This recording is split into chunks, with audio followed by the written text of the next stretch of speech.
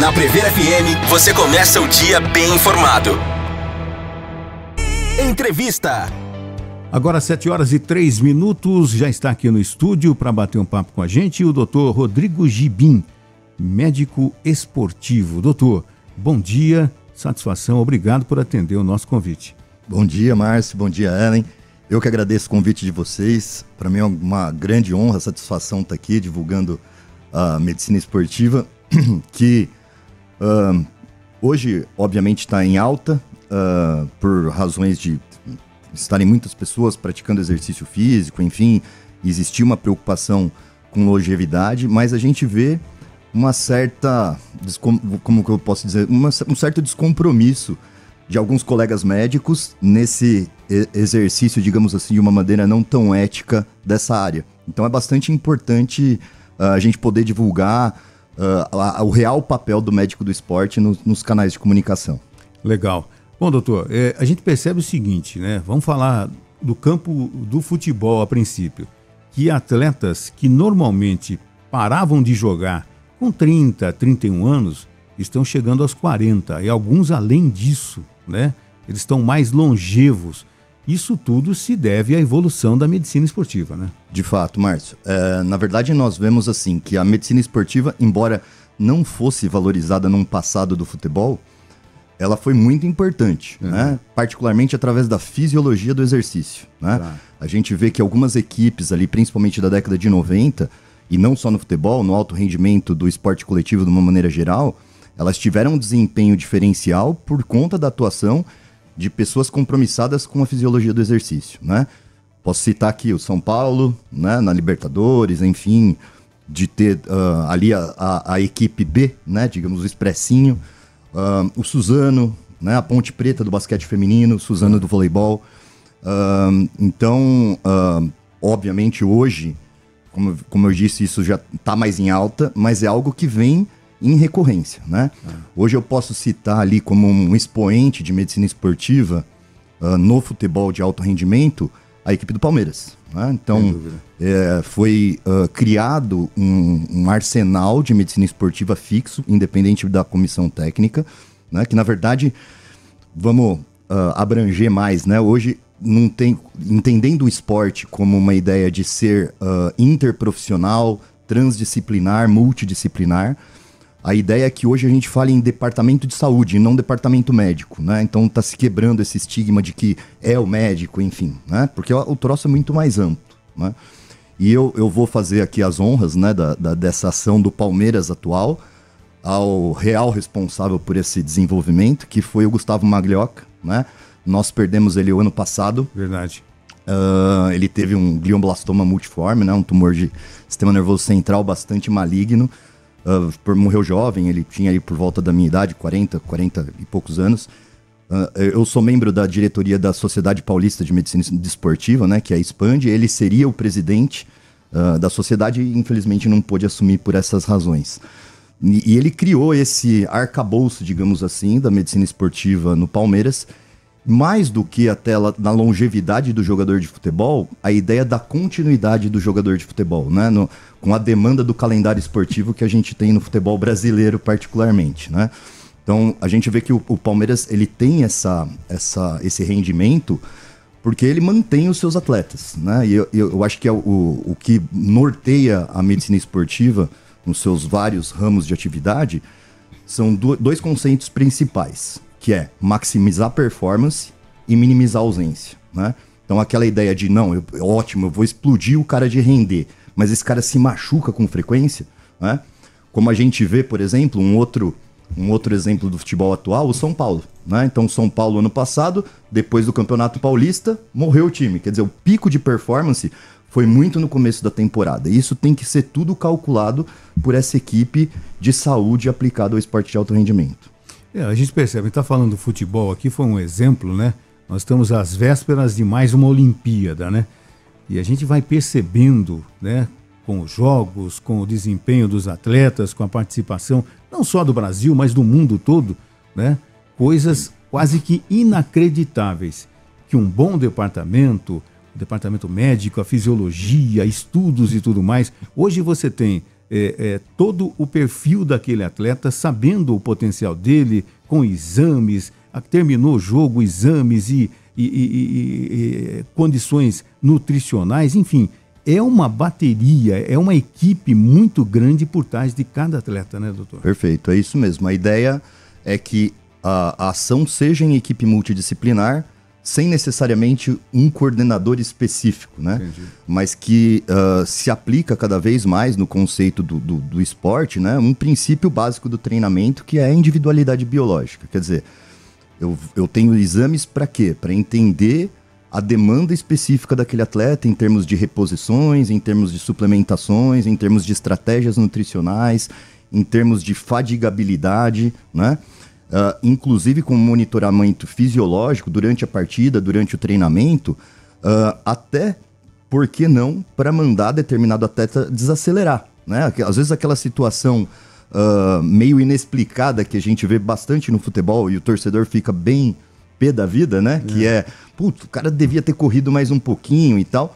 Aquilo pode ter vindo de orientação do banco, né? Porque se ele tá com uma explosão muito alta, tendendo a limiar de fadigabilidade, provavelmente não vai aguentar o jogo inteiro numa performance que se espera daquele atleta. De repente o torcedor vaiando, gritando com o atleta, a orientação vem do banco. Né? Exatamente, isso pode acontecer. No esporte olímpico, né, nós temos aí já temos atletas excepcionais, né? E muita coisa que antes tinha que ser importada, né? Hoje a gente oferece essa tecnologia no Brasil, né? Então a gente tem grandes centros de atuação da equipe de saúde no esporte. Vou destacar 2 aqui, né? A gente tem o NAR em São Paulo, que é o Núcleo de Alto Rendimento, é coordenado pelo professor Irineu Loturco. Uma capacitação fantástica de profissionais, tem uma parceria com a Prefeitura de São Paulo, então tem toda aquela nuance de conduzir atletas de atletismo, algumas modalidades de luta. E a gente tem o Centro Paralímpico, né, que também fica no município de São Paulo, digamos que o Brasil tenha um destaque particular aí no esporte paralímpico por conta desses profissionais que se habilitaram em conduzir as necessidades especiais relacionadas aí à prática esportiva inclusiva desse perfil de atleta. E a gente vai percebendo que com tudo isso, com toda essa retaguarda, a gente percebe o rendimento dos atletas, né? A Olimpíada, mais medalhas, o Brasil quase no pódio, isso tem um motivo, né? Com certeza. Então é muita ciência por trás, é muito embasamento profissional, muita particularidade individual, explorando, né, a maior capacidade de rendimento do atleta, um maior perfil de recuperação, né? E com a ideia de contemplar nessa lógica de minimizar a ausência, de completar o treinamento com modalidades de treino complementares, além da modalidade específica do atleta, né? Então hoje, aquela coisa que era meio que proscrita, assim, meio que evitável, por exemplo, num atleta de luta, não faça musculação.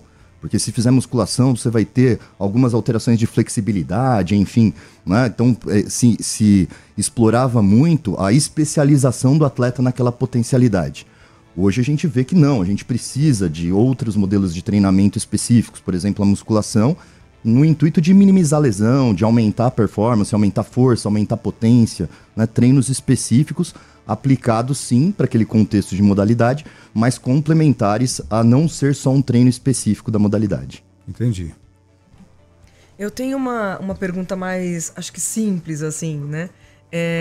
A medicina esportiva, creio eu, que não seja só para atletas, né, de alto rendimento. Qualquer pessoa que pratique exercício físico, né, uma atividade física pode procurar. Então, a minha pergunta é justamente essa. Quando procurar um profissional da área? Obrigado pela pergunta, Ellen. É bastante importante reforçar isso. Muita gente me pergunta, tem essa dúvida, né?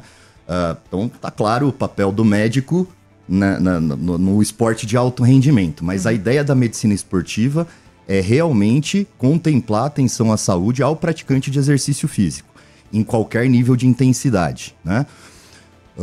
Então, o médico do esporte, e aí entra na aplicação ética mesmo da especialidade, ele tem que estar apto a lidar com populações especiais. Então ele tem que estar apto a lidar com exercício físico na criança e adolescente, em gestante, no esporte adaptado, né, os paratletas, e em todas as doenças cardiometabólicas que vão ter um benefício lógico com a prática do exercício físico regular, né?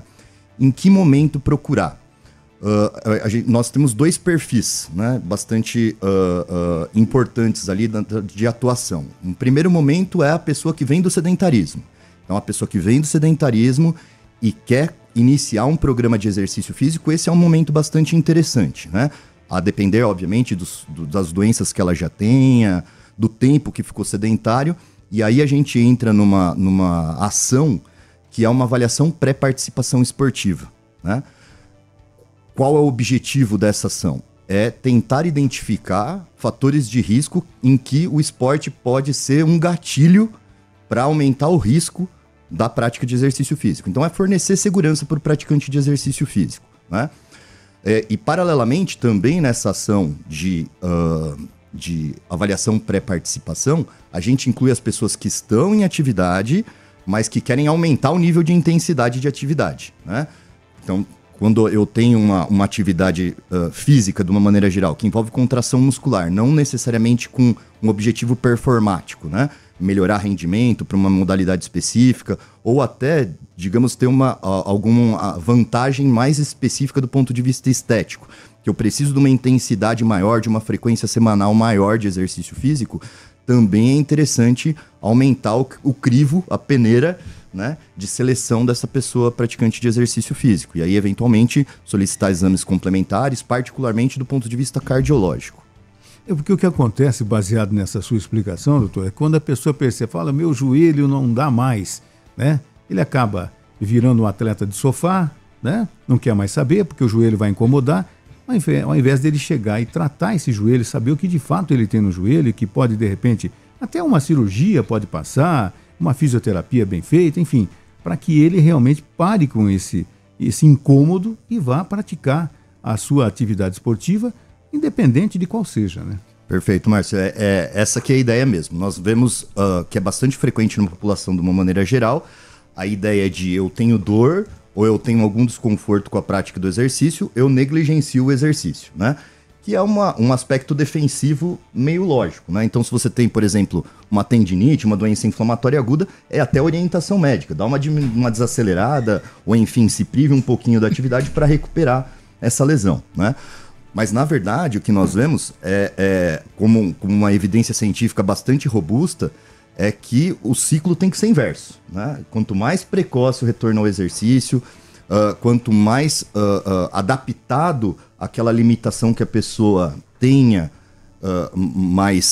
que a mantenha na prática regular de exercício, isso há benefícios, inclusive no controle de dor, né?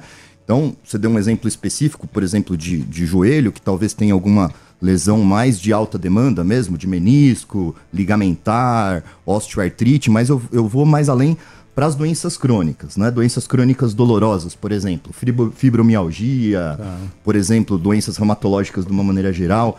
Hoje a gente sabe que é extremamente deletério para a evolução da doença, não só para as outras condições também cardiometabólicas, ficar sedentário, né? Então eu posso dizer que, sem dúvida nenhuma, a pior doença que nós temos é o sedentarismo. Com o sedentarismo vem um pacote de inflamação crônica e de disfunções que são potencialmente evitadas com a prática do exercício, né? A grande questão é, talvez não seja, eventualmente, entrar com um tratamento específico para viabilizar a prática que a pessoa queira, tá? Eventualmente, por exemplo, existem algumas lesões mais limitantes que vão impedir, por exemplo, atividades de impacto, né? Alguma lesão específica do joelho que pode impedir a corrida, né? Que pode gerar um desconforto maior, por exemplo, ou atividades de grande desaceleração. Mas a grande questão é entender qual exercício pode ajudar a pessoa naquela reabilitação completa de doença e tirar do sedentarismo, né? Então, existe esse ciclo que a gente chama em espiral, que é o desconforto provocado pelo exercício, gerando sedentarismo e gerando piora da massa muscular, que piora o desconforto, né? Isso é bastante frequente, por exemplo, na doença pulmonar obstrutiva crônica, né? Então, tabagistas de longa data que têm enfisema pulmonar, eles têm, por exemplo, falta de ar para fazer exercício físico. Verdade. E aí o que o sujeito faz? Ele se priva. E a cada vez, cada pequenos esforços vão ter alta demanda e a falta de ar vai ficar mais frequente. E a perda de massa muscular vai ser maior, consequentemente a debilidade em saúde desse indivíduo vai ser maior, e a longevidade fica comprometida. Então a ideia de tentar modular esse desconforto através do exercício físico, que é, digamos assim, o segredo da longevidade, da manutenção da massa muscular, da manutenção da funcionalidade. A gente percebe que, vamos falar de Botucatu, da nossa realidade, né? Que mais e mais pessoas são estimuladas à prática esportiva. O grupos, eu cito aqui o Marcha Lenta, nós tivemos a oportunidade de entrevistar o Robson. Quem quiser correr, corre, quem quiser andar, anda. Mas mais de 240 pessoas fazem parte desse grupo, né? Vamos estimular, e esse estímulo que de repente vem de casa, de um filho, pai, levanta do sofá, atletas do dia a dia, né? Em cima de tudo isso, eu te pergunto, doutor, o atleta de final de semana continua sendo um perigo? Com certeza. A atividade física pontual, particularmente em alta demanda, ela onera risco, né? Então, não dá para considerar o atleta, entre aspas, de final de semana como uma pessoa fisicamente ativa, né? O nível de atividade física dela é muito baixo, quer dizer, o que ela fez no resto da semana, né? Então, aquela horinha que ela vai se dedicar para um exercício físico, eventualmente exposto ao tempo, em condição de calor, em baixa umidade de ar, ou tentar tirar todo o atraso da semana, pode sim oferecer algum risco, particularmente cardíaco, né? Então, a gente vê aí alguns atletas da nossa região, Avaré, São Manuel, teve recentemente, que faleceram após competições, né? E isso é também frequente no futebol, né? Que tem aquele indivíduo ali com a barriguinha de cerveja, né? Com aquela gordura visceral, que vai jogar a sua bolinha de final de semana e eventualmente se passa um pouquinho mais na intensidade, seja num pique, né? Seja em alguma dividida de bola, e isso pode gerar uma demanda maior. Então, para esse indivíduo, qual seria a orientação? Movimentar-se sim, sempre, à medida que ele consegue introduzir, mas evitar aquela hiperdemanda num momento único, né? Então, se ele não está habituado a pedalar 60 quilômetros com frequência, não faça isso no sábado quando ele tem disponível, né? Entendi. Se ele tem uma condição de não ter exposição ao exercício físico ao longo de toda a semana, né? Porque não é uma condição ideal. Vai ter subida, vai ter descida, vai ter algumas dificuldades de fazer esse pedal, por exemplo, em terreno com alguma diversidade, vai ter a condição climática, são vários fatores adversos que podem comprometer a saúde dele de uma maneira geral por esse exercício agudo.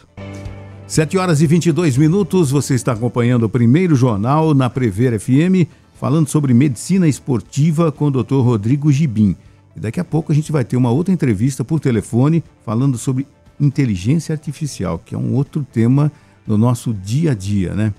Doutor Rodrigo, a gente percebe também que as academias em Botucatu estão abrindo às 5 horas da manhã. Quando você começa a fazer exercício às 5 horas da manhã, você tem que ter um preparo diferenciado? Márcio, isso é muito relativo. Volta na questão da individualidade. Eu acho que essa não é uma tendência de Botucatu, é uma tendência do país, né? Então as pessoas têm entendido a importância do exercício físico.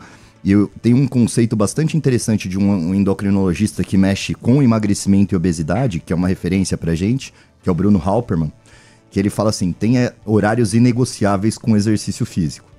E eu acho que as pessoas entenderam que talvez seja mais fácil de ter esse horário inegociável se dedicar ao exercício antes de começar sua rotina de trabalho, porque aí tira aquela imprevisibilidade de terminar mais tarde, enfim, de ter algum contratempo ao longo do dia.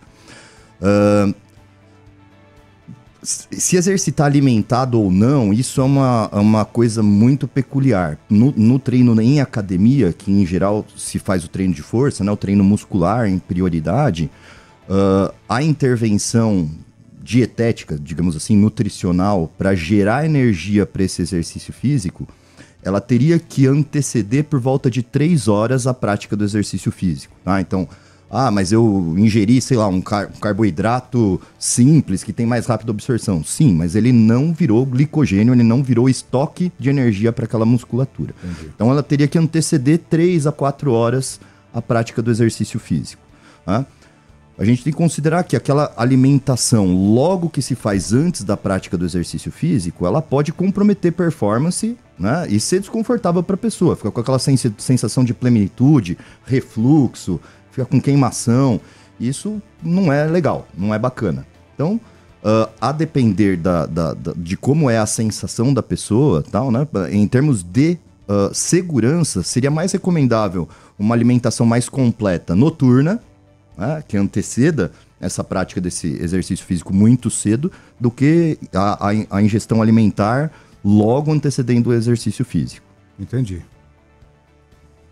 Bom, eu tenho uma outra pergunta aqui, seria a seguinte: a prática de exercício físico, o quanto ela é benéfica para a imunidade da pessoa? Porque você falou de pessoas já com comorbidades e tudo mais, mas o quanto ajuda no nosso sistema imunológico a prática frequente de exercício? Perfeito, Ellen.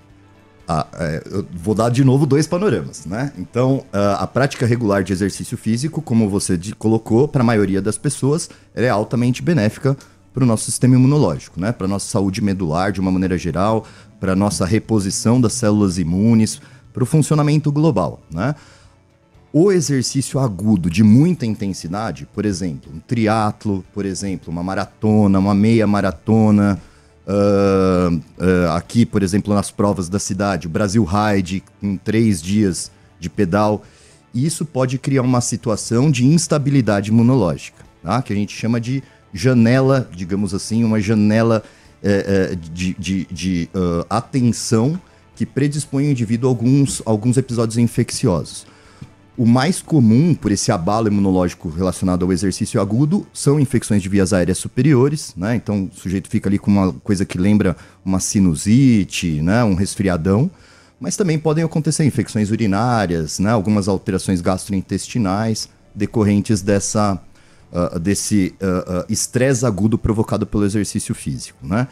Então, isso tem, obviamente, uma relação direta com intensidade, tá? Então, a atividade que a maioria das pessoas vai exercer, que não tem esse compromisso com o rendimento, ou que tenha essa intensidade, essa provocação maior, digamos assim, não vai gerar nenhum abalo à imunidade, muito pelo contrário, né? Faz uma modulação da atividade imune, controla a inflamação, melhora as nossas células de defesa de uma maneira geral. Dentro disso, qual seria a frequência adequada, né? Se existe uma frequência adequada para a pessoa não ser considerada sedentária? Tá. Então, hoje, nossas recomendações, seja do Colégio Americano de Medicina Esportiva, que é reproduzida pela nossa Sociedade Brasileira aqui de Medicina do Exercício e do Esporte, recomendação da Organização Mundial de Saúde, é que para o indivíduo não ser considerado sedentário, pelo menos 150 minutos de atividade física semanal, tá? E aí, eu volto a falar, não estou falando aqui de exercício, estou falando de atividade física. Então, uma caminhada, coisas simples sim. ali, né?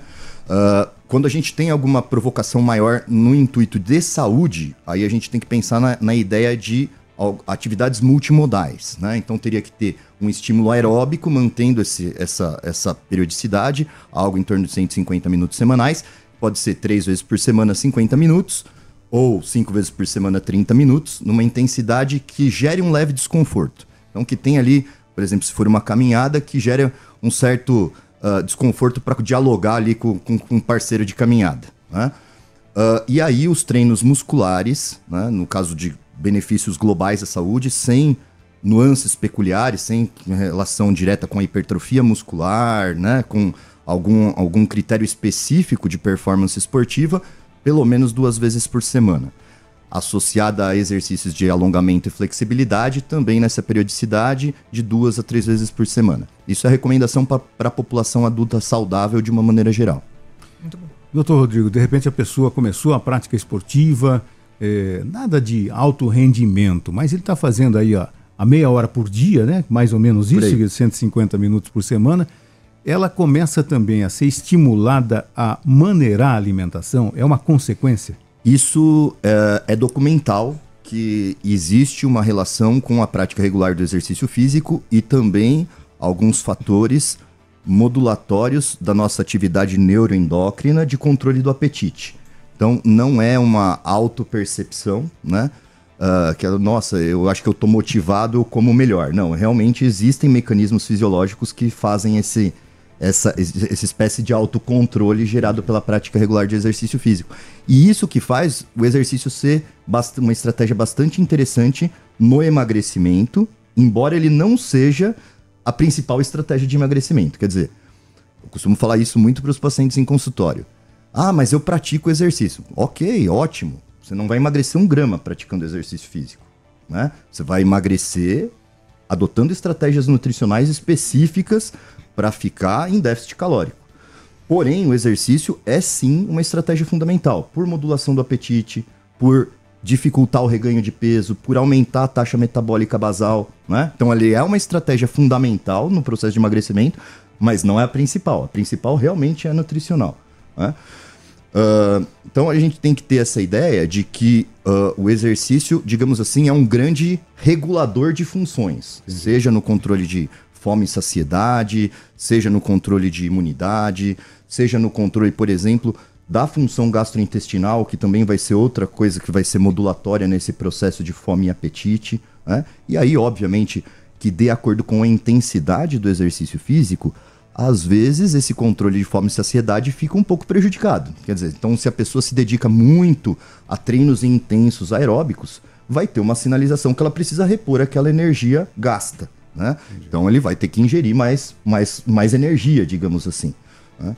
Então, por isso que é bastante importante quando existe a ideia de performance, e eu não digo só performance no esporte, a performance quando eu desejo um emagrecimento específico, algumas estratégias para ganho de massa muscular, que seja um benefício estético, que seja fundamental o acompanhamento do nutricionista com esse foco, né, para que sejam traçadas estratégias individuais que atendam a real perspectiva da pessoa em atingir seus objetivos.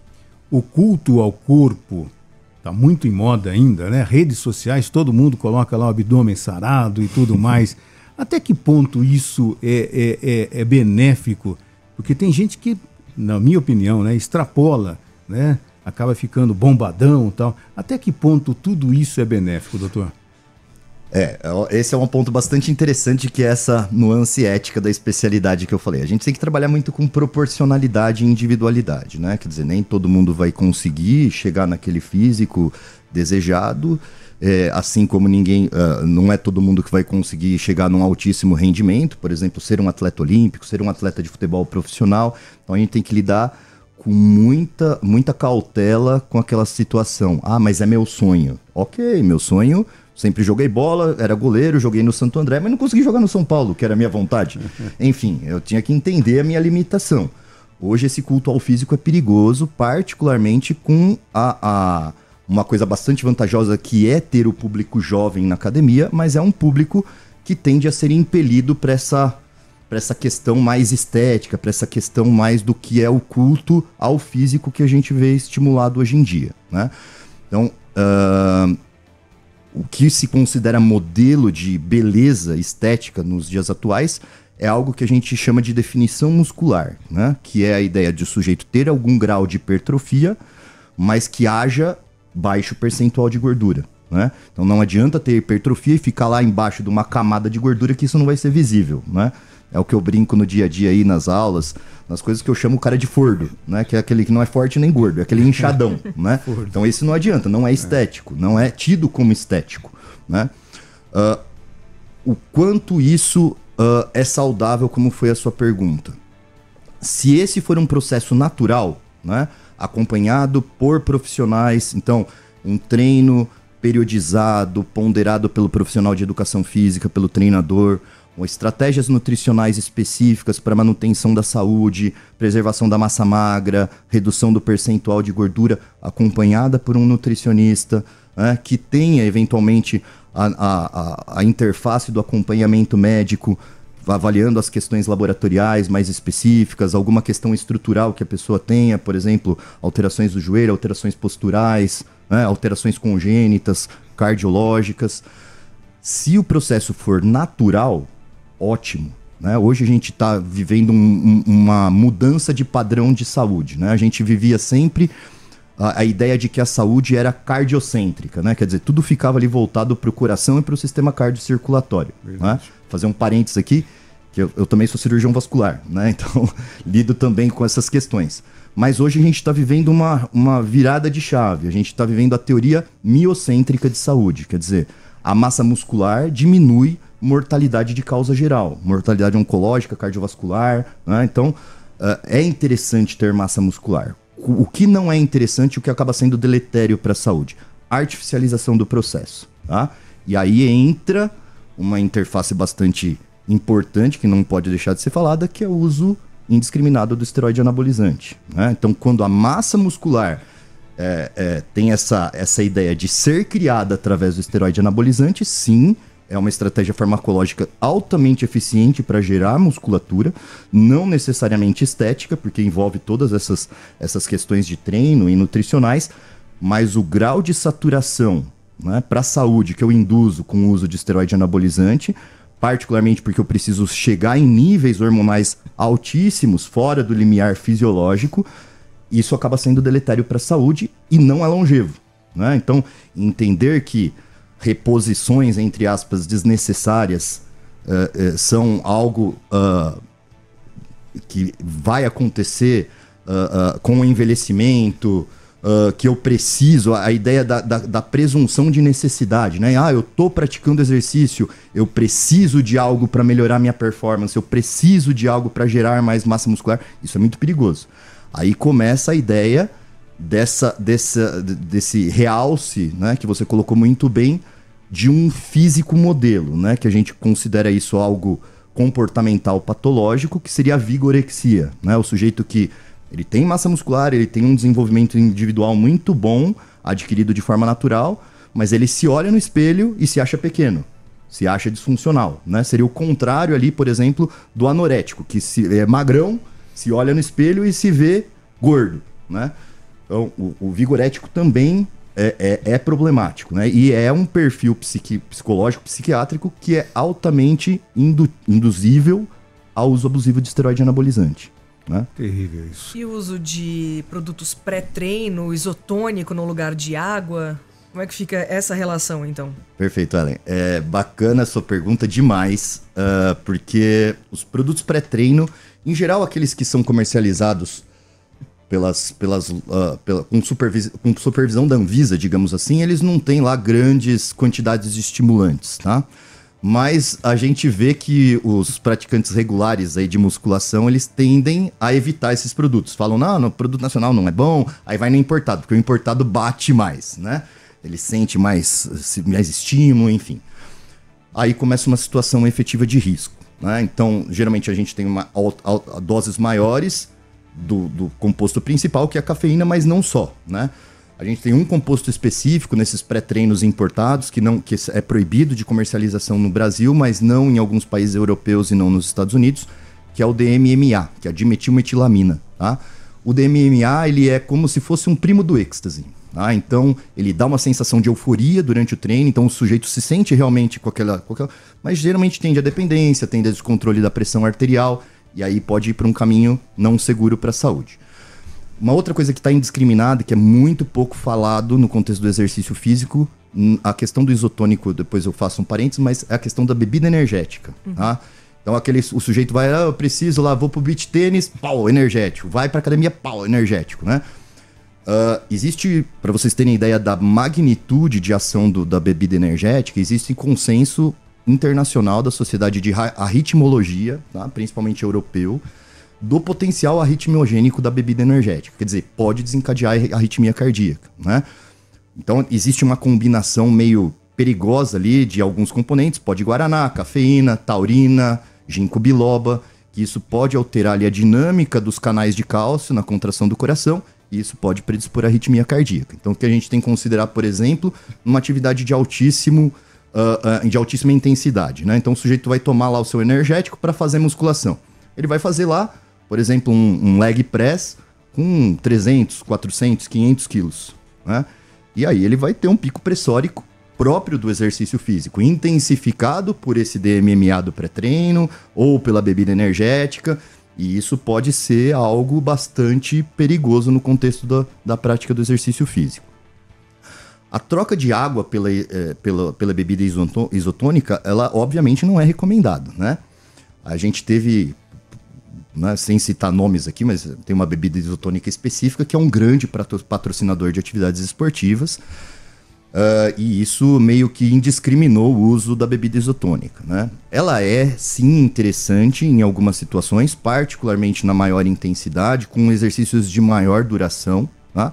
Porque ela facilita bastante o transporte de energia. Então ela tem carboidrato simples, ela tem sódio, né? Ela tem alguns outros eletrólitos. Então ela fornece uma hidratação rápida e repõe de maneira rápida a energia sem necessidade de uma alimentação, tá? Então, para uma atividade particularmente de endurance, um ciclismo de mais longa duração, uma corrida, ela é bastante estratégica, né? Facilita esses mecanismos de transporte e de reposição. Só que, obviamente, não substitui a água, né? Então, a gente costuma a induzir o praticante de exercício físico em maior intensidade a consumir bastante água, tá? Isso é bastante questionado na medicina convencional, porque, teoricamente, a gente tem mecanismos de sede muito satisfatórios para prevenir nossa disfunção, né? Não estou nem falando de desidratação, mas nossa disfunção de uma maneira geral. Mas a gente tem uma consideração que a ideia, como eu falei do preceito lá no início, maximizar a performance. Então, entre 60% e 70% da nossa musculatura é água. Se eu quero trabalhar uma atividade muscular diminuindo fadiga, diminuindo risco de lesão, eu não estou pensando em desidratação, estou pensando talvez num estado de subidratação induzido por um exercício que estimulou muito suor, né? Então, em geral, de uma maneira geral, a gente recomenda algo perto entre 30 a 50 ml por quilo por dia de água para o praticante de exercício físico de maior intensidade, obviamente, né? Se é o sujeito que nem sua fazendo a sua contração muscular, não tem esse rigor, ele pode seguir os mecanismos de sede. Então, a hidratação principal ela tem que ser vinda da água. A bebida isotônica ela é calórica, então ela não é uma estratégia boa para emagrecimento, não é uma estratégia, ela é uma estratégia boa para reposição em situações específicas.